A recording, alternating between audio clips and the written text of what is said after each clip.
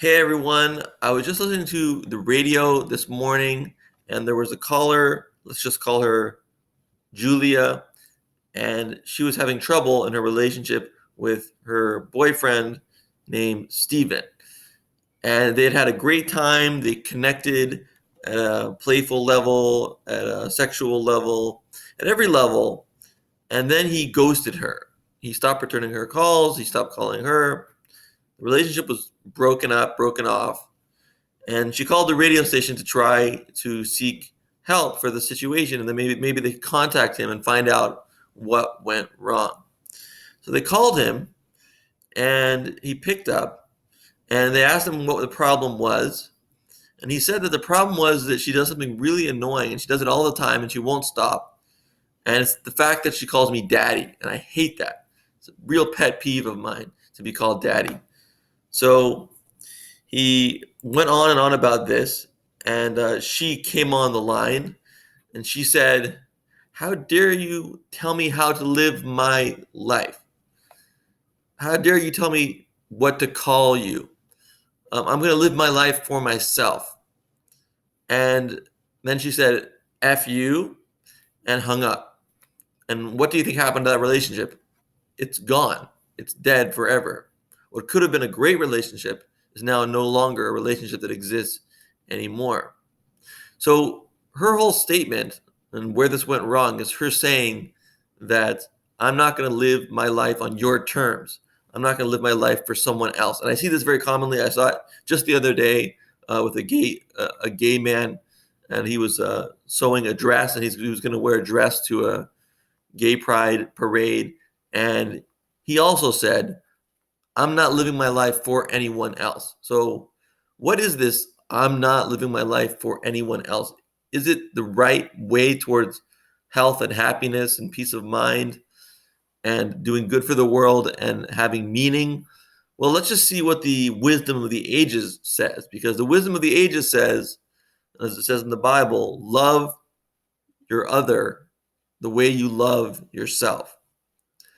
So, the actual purpose, the real purpose of life, is to love people like yourself, and just as you want to be happy, to make other people happy.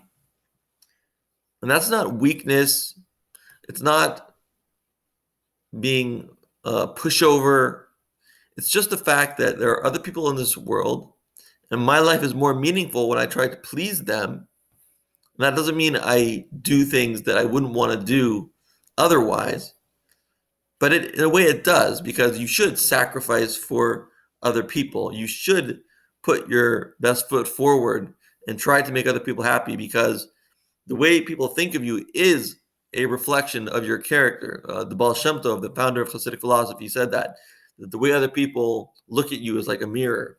It's what you put out there that you're going to get back. So she could have easily said, "I'm sorry, I didn't realize you don't want to be called that. I won't call you that again."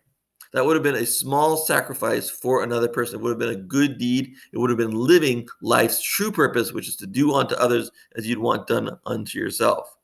But now she is no longer in a relationship. She acted nasty. She used a bad word in front of millions of people on the radio, and now the relationship is kaput. Um, in my opinion, she missed the boat. She missed the purpose of life, and she squandered what could have been a wonderful relationship. So think about this. Think about what it means to say that I'm never going to do anything that other people want me to do. Doesn't that make you selfish? Doesn't that mean you're living only for yourself? And doesn't it make you lonely? Because this gay person was talking about doing everything for himself, and he lost his relationship with his parents. So he lost his relationship with his parents. She lost her relationship with her boyfriend. Everybody's losing relationships because they're not doing unto others as they want done unto themselves. So do you want to lose people, or do you want to gain people? Do you want to have more love in your life, or you want to have more selfishness in your life? That's the choice that you need to make. And the analogy for this is like a note on a scale or a note in a symphony. Do you want to be a note that harmonizes with the other notes, or do you want to be just a note by yourself, a lonely note, just one single note?